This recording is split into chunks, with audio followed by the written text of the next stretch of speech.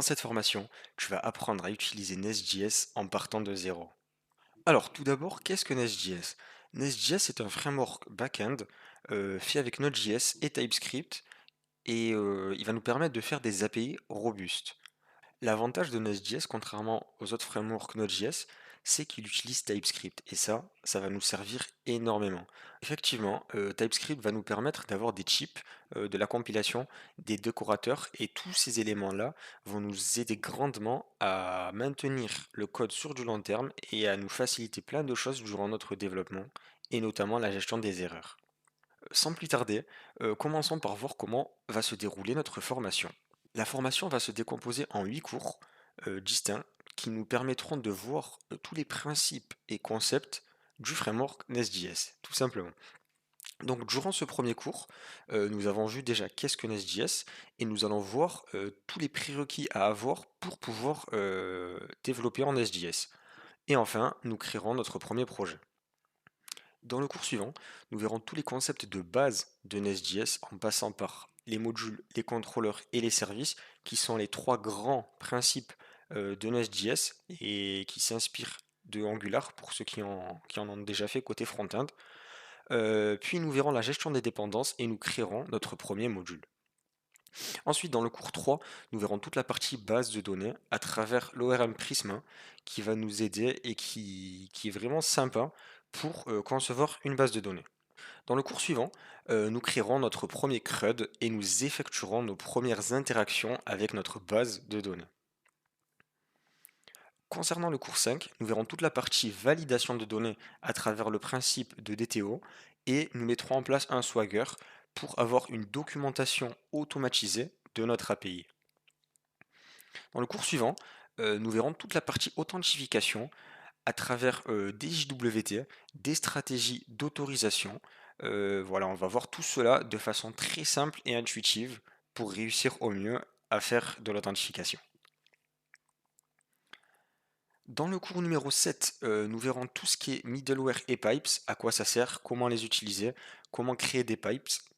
Enfin, dans le cours numéro 8, nous essayerons d'aller un peu plus loin en effectuant quelques exercices et cas pratiques. Donc voilà comment va se dérouler notre formation de Nest.js et sans plus tarder, passons à l'installation de l'environnement de travail. Donc dans un premier temps, il faut avoir Node.js installé sur votre machine. Donc pour cela, très simple, vous allez sur le site de Node.js et vous téléchargez la dernière version, donc la LTS, la dernière version stable. Une fois que vous avez téléchargé Node.js, on va vérifier qu'il est bien installé sur notre machine. Pour cela, il faut ouvrir un terminal et taper la commande node-v. Voilà, pour mon cas, on voit que je suis en version 22.11.0, donc j'ai bien Node.js d'installer.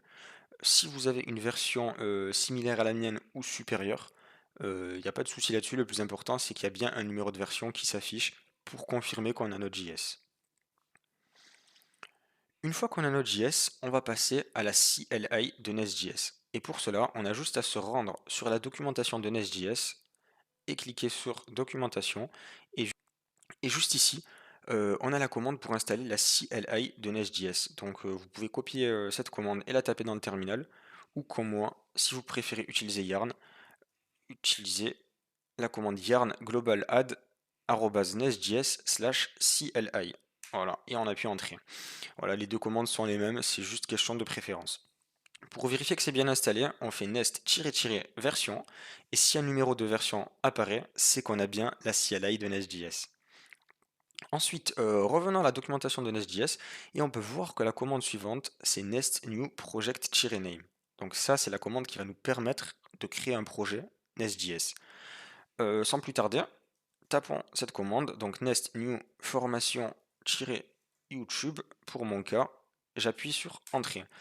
Donc là, Nest nous demande quel package manager on souhaite utiliser. Donc voilà, là c'est au choix, il n'y a pas de mauvais choix. Pour ma part, j'utiliserai Yarn. Entrée. Et là, il n'y a plus qu'à patienter que Nest crée tous les fichiers de notre projet et le tour sera joué.